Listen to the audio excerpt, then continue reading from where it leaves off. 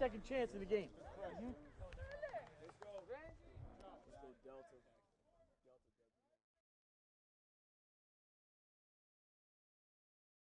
Hello, I'm Keith Scott, safeties coach at Eastern Illinois, and today I'll be talking to you guys about one of my most favorite topics, defensive organizing and planning. This is my 14th season of coaching. Out of 14 years of coaching, I've been a coordinator 6 of those years. And organizing and planning is about like a lawyer or a doctor going into their jobs. And you can imagine if the lawyer goes into the courtroom without planning, how that would go. Vice versa, the doctor going to the operating table and not planning, how that would go. So let's quickly get started. Talk to you a little bit about the organization of game planning and how you can better be efficient either on the practice field or in the meeting room. So also in the scouting report area. So here we go. Let's get started. Organizing and planning, I call it meeting the big four, which the first thing I would like to do is gather 3 to 4 game films of our opponent, and also get a 2-deep depth chart, and also get stats. And the reason for the 2-deep depth chart is to be able to see the experience of the team, of their offense, and also for the stats just to see who's running the ball, who's throwing the ball, who's catching the ball. Next is with organizing. It starts with responsibility of the coordinator, breaking down everything play by play on a spreadsheet, or you can, if you got graduate assistants, if you're in high school, you probably have a younger assistant that would do all your data entry stuff. So, but as a coordinator, to make sure that you're getting the data entry entered the right way, I usually sit in with a younger assistant or graduate assistant to make sure that they're calling it what I call it. Next is the secondary coach, which in my case, unless I'm fortunate enough to have a graduate assistant or a second corners coach, or I'm coaching the corners, somebody else is coaching the safeties, I'm coaching the safeties, someone else is coaching the corners. Is responsible for the passing game, looking for favorite passing routes, play action game, screen game, and 3-step, 5-step. We also put that in our breakdown. If it was 3-step, if it was 5-step, if it's any type of screen. So when we want to look at just the screens, it'll tell us exactly what we need to know. Defensive line coach is responsible for the run game. His focus is on blocking schemes, tendencies, and favorite run plays. Also, any type of protections. His job is to make sure he focuses on the protections as well. Next is our linebacker coach. His responsibility is the tendencies in the red and yellow zone. I'm going to talk to you a little bit how we break down the field zones and how we see the field. So he would have all the tendencies in the red and yellow zone from run to pass. Next is prioritizing questions.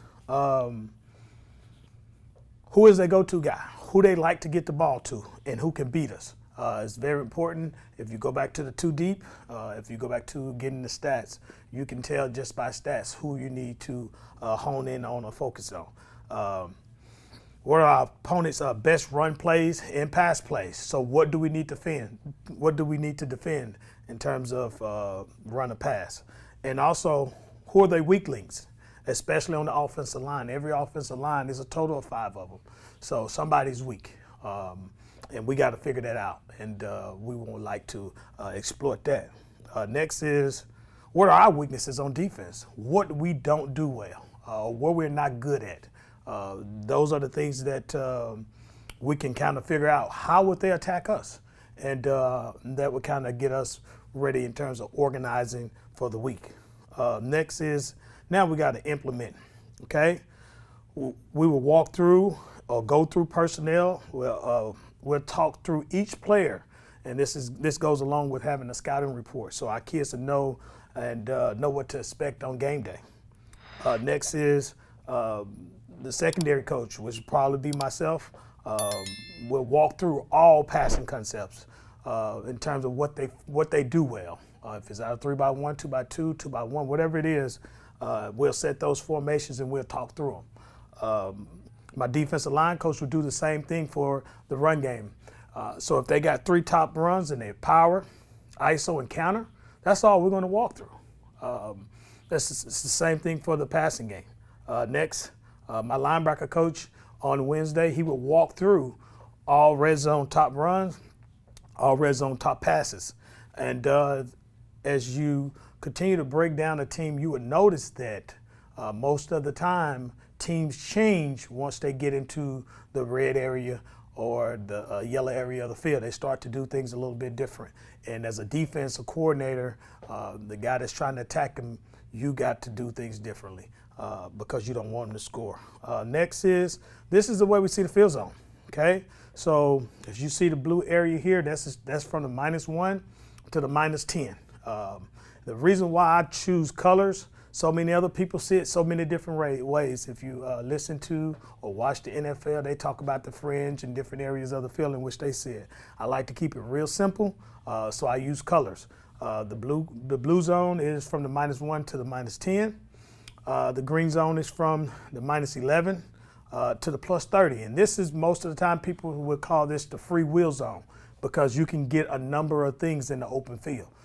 So this green area right here is when I can call pretty much any of our base concepts. When teams are backed up in our blue area of the field, most of the time you get heavier sets because they're trying to just get one first down to move the chain. So in the green area now, as we talk about the yellow area is basically the +29 to the +11.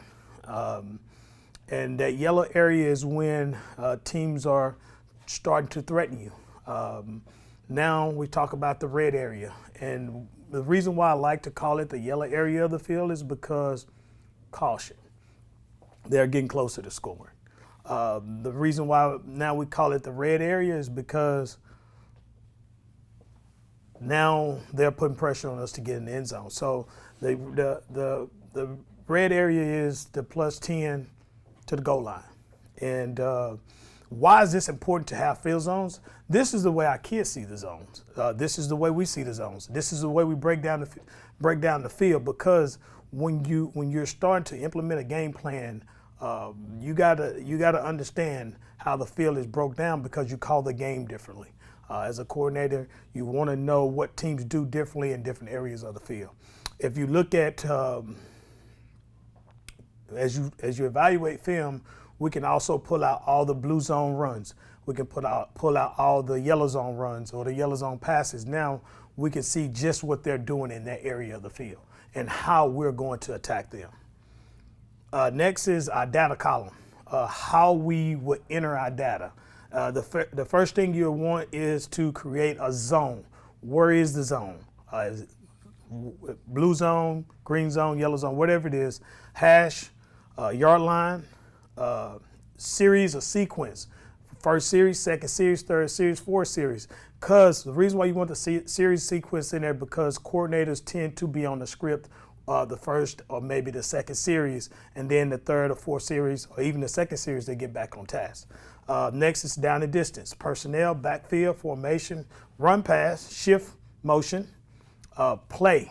What type of play, depending on the way you call it. Gain or loss, you want to know what the other defense did to them to give them a loss or a gain. So you want to have the gain and loss in there. Result, if it was a sack, interception, whatever. The reason why I like the result in there, because on Friday I show a cut up of nothing but their offense getting sacked, intercepted, PBU, pick six, whatever it is that's negative. I go to this result column, or a graduate assistant would do that and have that cut up for our kids on Friday night. 2 minute or 4 minute offense, if they're in a 2 minute situation, you want to see how the coordinator is going to call the game in a 2 minute situation, or you want to know how he's going to call the game in a 4 minute situation. Pass targets, what receiver did they throw the ball to? Whether it was the running back, outside receiver, inside receiver, however you call them, Z, X, Y, whatever, you want to tag that in there as well. Terminology and personnel. The reason why you would need terminology and personnel is because when you're breaking down an offense, and you need to know if they in any two back. So My two back, what we call two back personnel, is 21 personnel. That's two backs and one tight end. What we call 20 personnel is two backs, no tight ends. What we call 22 personnel is two backs, two tight ends. And then it's 23 personnel, two backs, three tight ends. So that's 23 personnel. Next is all of our one back stuff. It's one back, one tight end, 11 personnel. One back, four receivers, 10 personnel.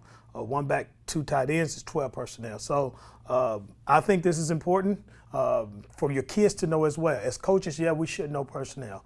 But if a kid is truly into being one of the best, he has to understand personnel.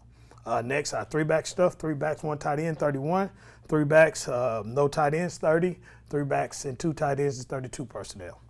So the reason why I wanted to put personnel on here is because it goes right in with when you're trying to organize and game plan and your data entry. X, and I want to talk about terminology and personnel in terms of the way we call receivers. X will be split wide receiver, and he's always to the strong side. And Z is the flanker, and he's always to the weak side. So if you got one receiver to the strong side, that'll be X. One to the weak side, that'll be Z. Next is Y. He's always the tight end. F is always the fullback, or he's the third wide receiver and the second flanker. So it's just the way you want to call it. Next is H is always the halfback or tailback. He's always in the backfield.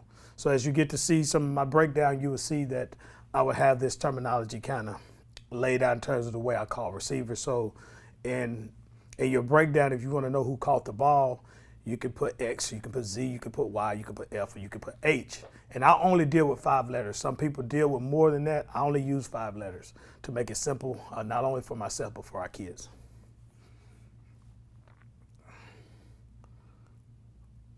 So here, with these first two, like I said, as you look here, X is attached.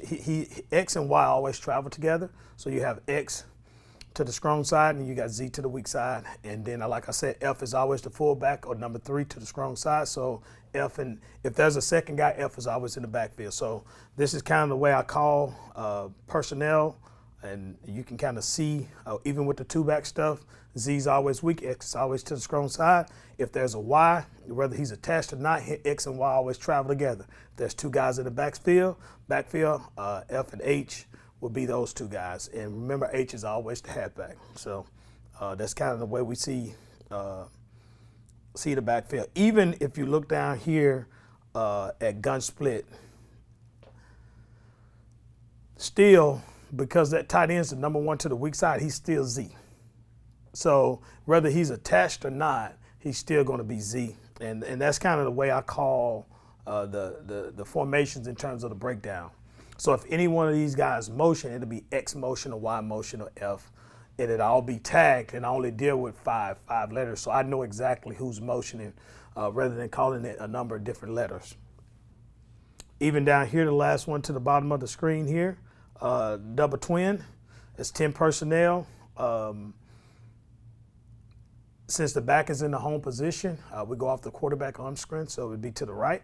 So X and Y always travel together, and if it's a 2x2 balanced set, Z and F always travel together. And if there's a halfback, H is always the halfback. So it's pretty simple when you break it down. Even if you look at the one above double twins and look at twin flanker, you have attached tight end and a number 1 receiver. So since X and Y always travel together, that's Y and that's X. And then if we got two receivers, Z and F always travel together, and H is always in the backfield. So it's pretty simple. All right, back with our 3x1 formations, the way we see it. There's another 2x2 here. We always slide off the tackle. So this would be Z and F, because Z and F always travel together in balanced sets, and X and Y always travel together.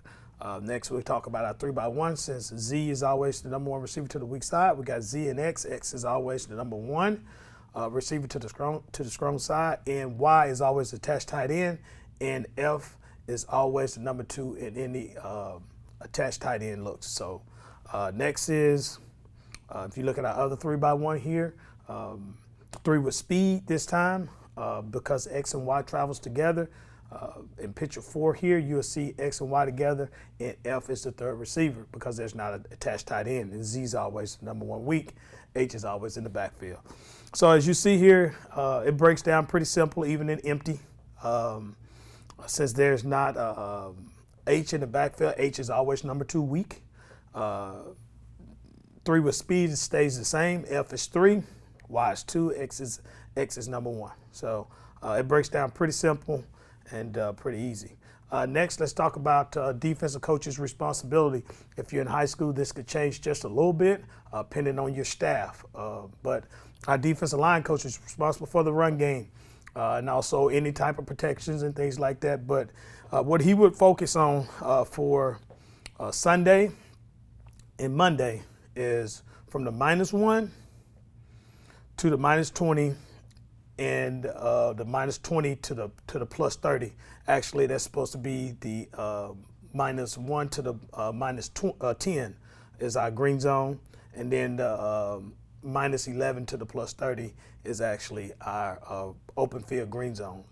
He would focus on all blocking schemes, the weakness of the offensive line, and any tendencies in terms of their favorite plays. He would be responsible for drawing this up on for practice, and also responsible for drawing this up for our scouting report. Also, he would be responsible for getting his defense alignment and also our linebackers any type of run cut-ups or protection cut-ups we would like for them to see off of these blue and green zones. Also, aside from that, he would gather personnel for our defense in terms of any fronts that we need to do, any type of special 5-man, if we need to bring on an extra D lineman, anything like that, he's responsible for having those things available for me, and also assisting with any type of punt return. Next is our linebacker. Our linebacker coach, he'll be responsible for the red zone runs and yellow zone runs. And he will be responsible for drawing those up, like I say, for our scouting report and also for practice. And the thing is, you can get a ton of plays, but I would rather their favorite things versus a lot of things, because every team major in something and they minor in something. So there's a direct correlation there. On game day, I'd like for my linebacker coach to be in the press box. He would be responsible for giving me any offensive personnel and also helping out with special teams and player count. And he's also over our scout team as well, our offensive scout team. Next is dealing with if you got an extra coach in high school, you can fill these in where you see graduate assistant at, but most of the time we have a graduate assistant or an extra coach that will fill in with these responsibilities in terms of data entry. These guys will be responsible for entering any data for our defensive staff. And most of the time, like I say, I would sit in there personally with them for at least 1 or 2 games, or one of my assistants would do it to make sure they're entering things the correct way. They will also be responsible for, because I like for our kids to know if there's any changes on the depth chart, to post the depth chart. We go over that in all staff meetings. We talk personnel on Sunday. We talk personnel on Monday. Pretty much all the way up to Thursday, we talk personnel in terms of who we want to play for us. Next is my responsibilities as the defensive coordinator and the DB coach, gathering those 3 films and breaking them down and putting that data in with our graduate assistants. And coordinator will go through all personnel, offensive personnel, in terms of from the quarterback to the running back to the receivers to the O-line, and talk who can hurt us, as we talked. And then on game day, responsible for all play calls and making sure our defense is ready to play. So let's continue to talk and go through this. I'm excited for you guys to be able to hear some of the things that I'm going to talk about. All right, so how would I practice? On Monday, depending on how your high school practice or how your college practice, but on Monday, we would do blue and green zone runs and passes. So we would actually put the ball on the -1 or wherever they had the ball at, and we would actually run those plays And in the blue zone, I try to, in practice, run no more than 10 plays because most of the time teams don't have as many plays. But we want our team, we want our defense to feel that game-like atmosphere by being on a -1 and we can get a safety, or being on the -2 and we can get a safety, or being at the -5 and the secondary understand that we can get a pick six and score for our defense. So we want them to feel that. And on Tuesday, we would just do all open field green zone runs and passes. That would be our focus. On Wednesday, we would do green zone runs and green zone passes, and we would intro third down. So we'd just run 3 plays at the end of green zone runs and passes, and then we would switch it into third down, which we would call our money down. And then toward the end of practice, probably our second team period, we would, at the end of the green zone runs and passes, we would talk a little bit of yellow zone, just intro a couple of runs and a couple of passes. So on Thursday, they'll be a little bit more familiar with the yellow zone, because on Thursday, we just do yellow zone runs and passes. And with the yellow zone runs and passes, we do these just on Thursday. And that Thursday pre-practice, our linebacker coach will walk through for 15 minutes runs and passes of the yellow zone to kind of intro them for the practice as well. Here's a scouting report. I wanted to be able to talk to you guys to show kind of, the way we do it ties in, because we try to attack 3 types of learners: visual, audio, and kinesthetic. They all learn different ways. Visual, they got to see it. Audio, they got to hear it. Kinesthetic, they got to get through, walk through it, and then they'll learn how to do it. So we try to attack those 3 types of learners, and to be able to reach every kid. So the first thing we talked about is getting the 2-deep depth chart. Here's a 2-deep depth chart that's placed in our scouting report for our kids. The next thing is, here's a personnel and a run pass percentage. This is crucial for the coordinator to see early, not late. He needs to see this as soon as the breakdown is done, which is probably Sunday night with college football. But in high school football, you probably can get it as early as Saturday night, depending on how you do it. But you just look at 21 personnel. This team, 21 personnel was their most used personnel, and they used it 86 times. And they had 39 run, and they had 47 passes. So you can kind of see the correlation in which we do it, the way what we're trying to get done. So as a coordinator, if I see here 21 personnel, what am I thinking? If I hear 11 personnel, they use it 30 times, and it's pretty balanced. 13 run, 17 passes. So this is crucial in terms of what the coordinator needs to know. If you look at 0-0 personnel, which is empty, and when they got it empty, they used it 27 times. They had 27 passes and 1 run. Crucial to know, because when it's empty, do we want to blitz them or do we want to play some type of zone coverage? So you can see why this is important. Look at the backfield set that's right up underneath run pass personnel. Look at pistol. They ran pistol backfield 128 times. And out of the 128 times, you had 45. They had 45 runs and 83 passes.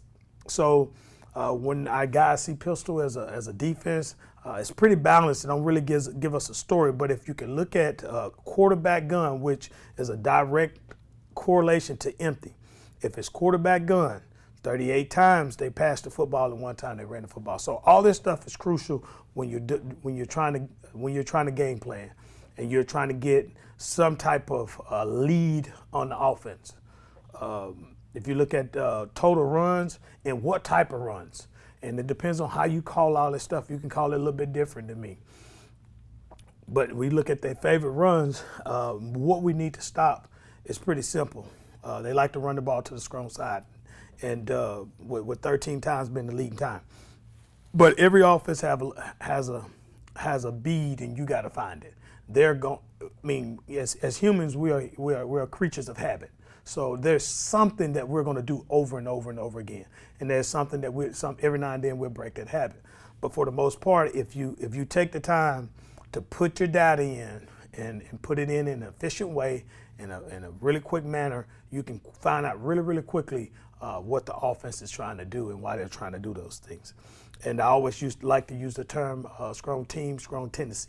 If a team is doing something over and over and over again, they're probably pretty good at it. You're gonna know exactly what's coming. If they're trying to do a lot of motions and shifts and different things, they're trying to hide something. They're not very good at something. So you got to find what it is they're not very good at or that they're good at. Third down is crucial. Third down is probably one of my most favorite downs. I like to call it money down. So if you start looking at third down, again, you see 21 personnel show up. So you should start seeing kind of a correlation to, you should, as a coordinator, start knowing what I need to stop and what I need to focus on. And you can start seeing really quickly 21 personnel is one of those things you need to focus on, even on third down. 9 passes and 2 runs, which is 82% passing combo right there.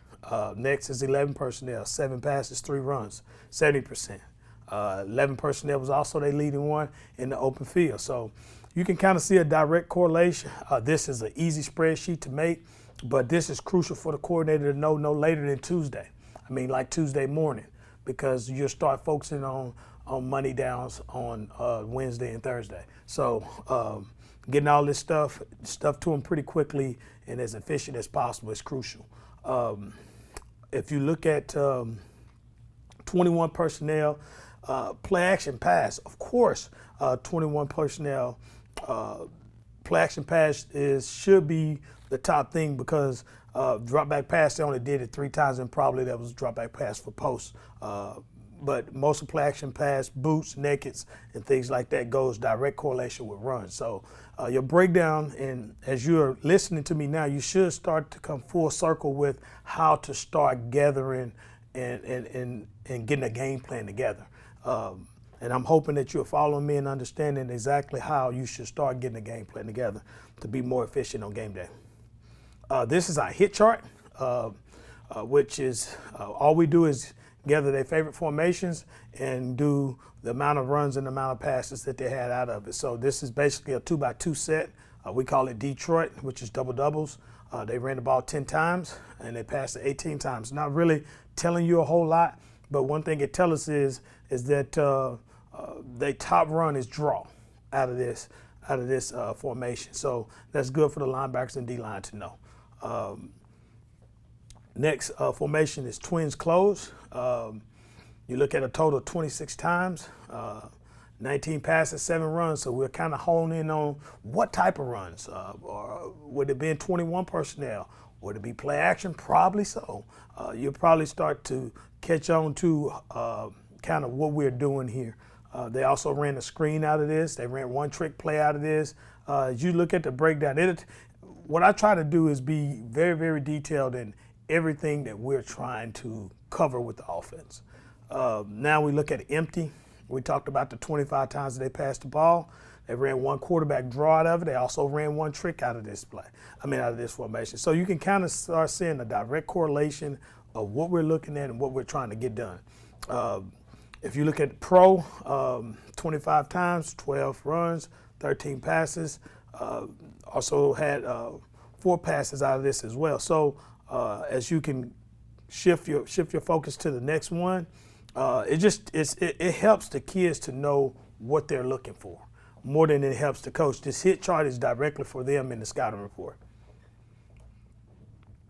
All right, now what I got here is what my defensive line coach put together for our kids in the scouting report.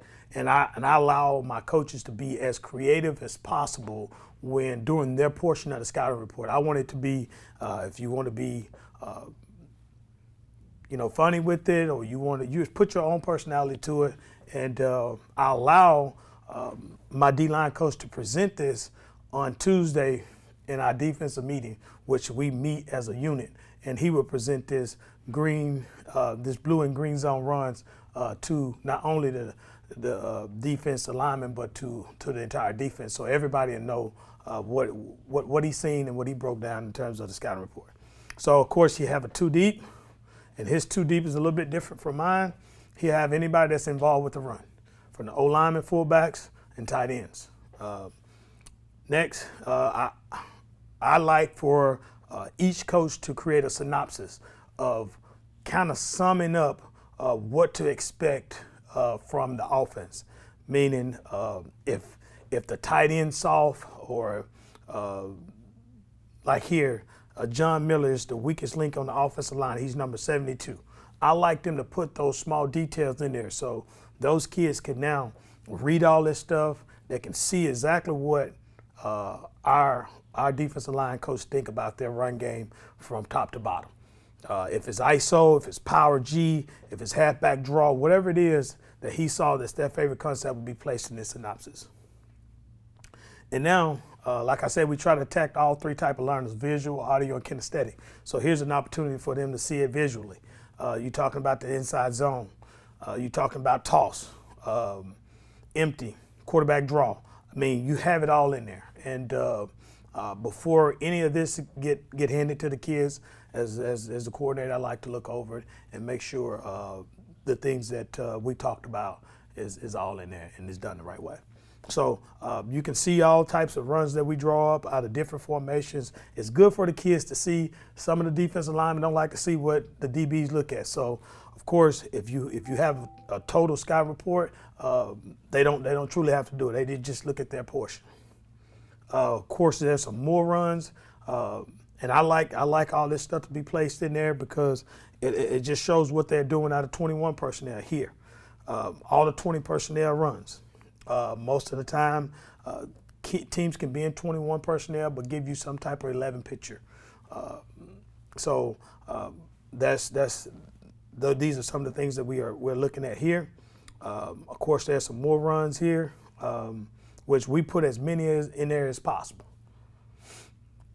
Now we try to get them another look of what it looks like actually. And this is a still picture that we just snippet tooled off of Huddle. Just showing their favorite formation. Next, this is their favorite run play. They like to run stretch out of this. We got it in there. You can see actually where they're trying to stretch right here on the outside to the left. So we want to try to make sure our kids understand everything that they need to know. Next is the next favorite run play is power. And they like to run it to the strong side to the tight end. You can see where we actually circled the offensive lineman pulling. We like for those linebackers to know those type of things. Now we put this extra point field goal block in there, so we want our kids to know exactly what they're doing on extra point and field goal block because we take pride in that. And I think that's a direct reflection of your defense if you don't go hard on extra point field goal. Okay, we'll talk about the blue and green zone passes. Of course, like I said, we want to start out with some type of depth chart just for the passing personnel. I like to put in any type of running backs, any type of tight ends and receivers and quarterbacks. And I would talk about this to our defense. Again, once our D-line coach present on Tuesday for about 10 minutes, I come behind him for about 10 minutes just to talk about the passing game. And I like to put the quarterback stats in. For example, this quarterback was 184 out of 239 for 2,682 yards, 26 touchdowns, 8 interceptions. His longest pass was 79 yards. I like for them to know all that. I want them to know who the backup quarterback is, if he's played any, because our goal is to take out the starting quarterback. Next is I talk about their top receiver. For example, their top receiver had 44 passes. He caught 44 passes for 741 yards, 7 TDs, his longest catch is 79 yards. I like for them to know who the second leading receiver is.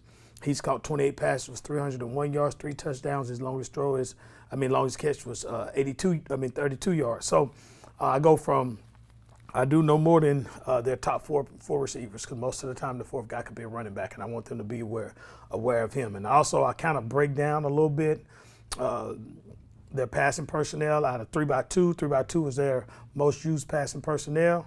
What they liked out of it: hitch by number 1, vertical by 2 and 3.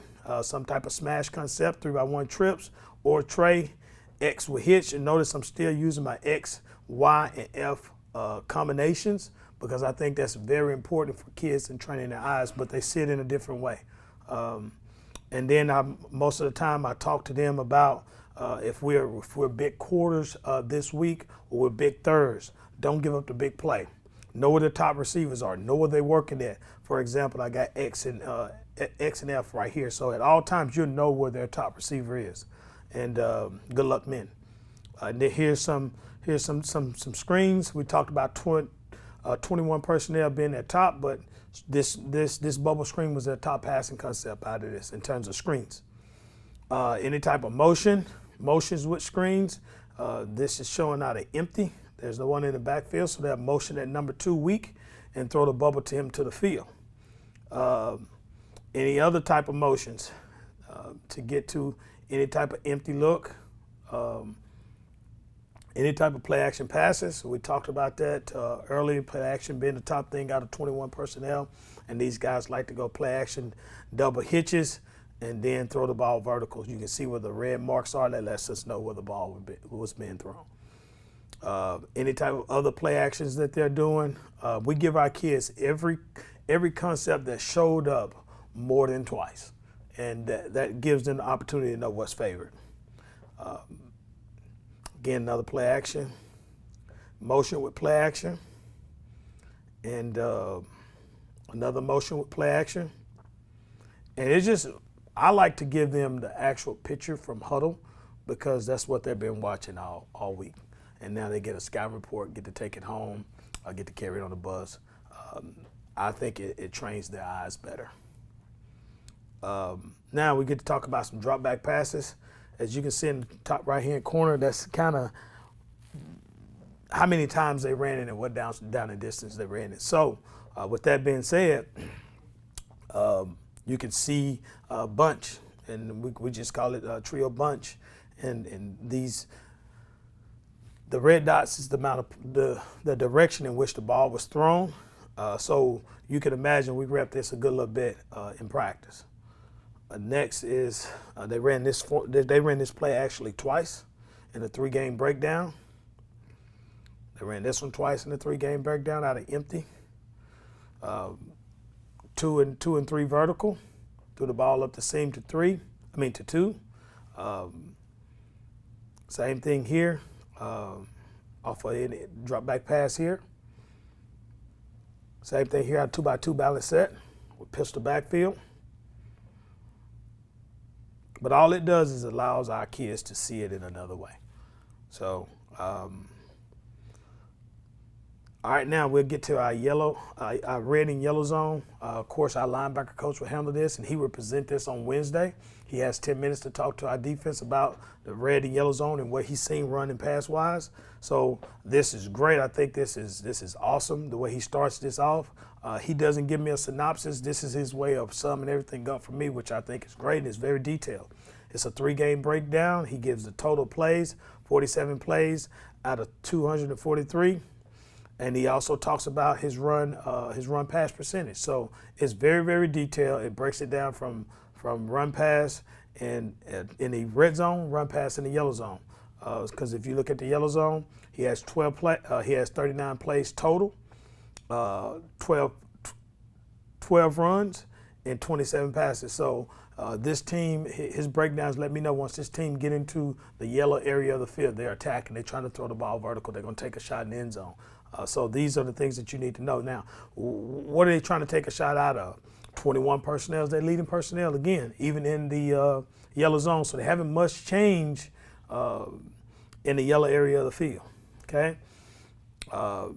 Yellow and red area of the field. Even with empty, 0-0 personnel, haven't much change. So if you look at this, it's a very, very detailed plan. I always tell coaches to make it their own and really just step in there and get it done the way they want to. And the yellow and red summary, like I said, I always encourage coaches to kind of make it their own. Do it the way you want it done, and just be detailed and give the kids the portion of it that they need. Some tips and reminders that he put in there. Expect 4-down territory. Want to stay outside of the 15-yard line. That's great. That's crucial and vital information, but it comes from a 3-game breakdown and being able to watch them over and over and over again and seeing that they want to make this area basically 4-down territory. Alert for big sets for run. That means once they get in this area of the field, they bring in big personnel, maybe 22 personnel, 23 personnel. When entering the yellow zone, be prepared for SAU to try to throw the big ball on P and 10 and 1st and 10. That means on possession and 10, maybe we turn the ball over, or on 1st and 10 where they're driving into the yellow zone. So all this stuff is crucial and vital information for our kids to know and for our coaches to know, because we have one guy in the box that as the ball starts to move, he would have a tips and reminder sheet up there off the things that we're studying from this offense, and he's constantly reminding me of this. We might need to stay away from this coverage because we're in this area of the field. And that's just off of your personnel, who you have in the box and how many coaches you do have. And here's some run looks right here. They got into some type of wildcat formation. He has actually have it snippet tooled here. They like to run power out of it, and I think this is a great picture. It's good for our kids to see. Another run look. They got into our full house. Full house is basically 3 backs in the backfield, so they're basically in some type of 32 personnel look. And he has in there what they like to run out of it. Basically, it's ISO. They ran ISO twice. It's a really, really detailed breakdown here. They got into full house again, but they ran stretch G, pulling the front side guard there. Basically ran that 2 times. Both of them was ran to the weak side. Okay. And again, now we get into 21 personnel pro. The same thing, same run looks. They've been running out of power. Notice the split tight end. All that stuff is good for our kids and our linebackers and D linemen to know. Trips open, speed option weak. This is crucial.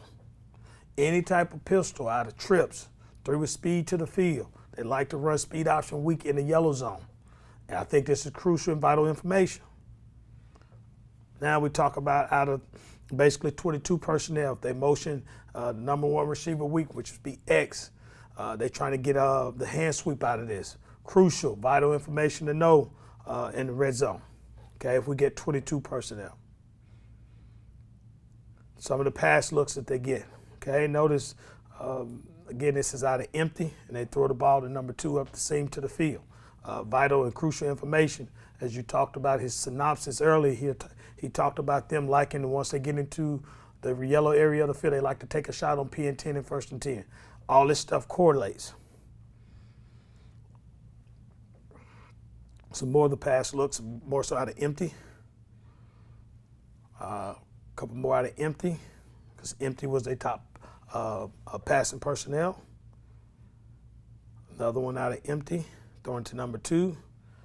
Throw this one to number 3. Notice that the circle is indicating where the offense like to throw the ball to. Another very good detail by our assistant coaches being able to recognize that. Another pass look here out of basically 2x2 balance set, where they're liking to throw the ball. Notice he's in pistol again. Pistol was a leading backfield set. Here's the 21 personnel pro. Basically, they throwing the field fade they're throwing the fade to the field, or they're throwing the fade to the boundary. So either way, they'll throw the fade twice and the comeback once to the field. A couple of more. And you can, like I say, you can get as detailed as you want. You can cover as many details as you like. Now let's talk a little bit about the red zone. Here's some of the red looks. They basically got it empty down here as well. Really, their game plan didn't change much. As you can see, they liked 21 personnel and they liked it empty the most, and they still stuck with that all the way down the field. So, like I say, most of the time, strong teams, strong tendencies, it tells you exactly what they're going to do. Okay, get into some 22 personnel stuff. Basically, a short motion from the field by X. Okay. Here's another 1 out of 20, basically 22 personnel as well. Well, that was full house. Okay. Now, as you see in the yellow zone, in the red zone, you get more heavier 22 personnel looks, which is what most teams will do. They try to pound you and get into the red zone when they have short yardage. Now, what I would like to do is put our punt safety here so our kids will know any type of adjustments off of punt safe. because you never know when you have to go punt safe. Most of the time, special team coordinators don't have the time to cover it, so we'll walk through it. Visual, audio, kinesthetic, being able to cover those three things. We'll walk through punt safe. Again, what we would like to do in any punt safe situation. Not sure what you would like to do at your school, but this is kind of what we did.